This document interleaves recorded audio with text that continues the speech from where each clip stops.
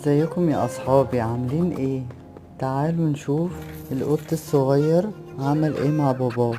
باباه كان عايز ياكل حلويات، وهو راح بالفلوس اللي محوشها ملقاش اللي معاه فلوس تكفي. هنا القط باباه تعبان وعايز ياكل حاجة حلوة، قام خد الحصالة وراح عند بتاع الحلويات. بتاع الحلويات قعد يضحك عشان الفلوس مش هتكفي. راح الطفل شغل دماغه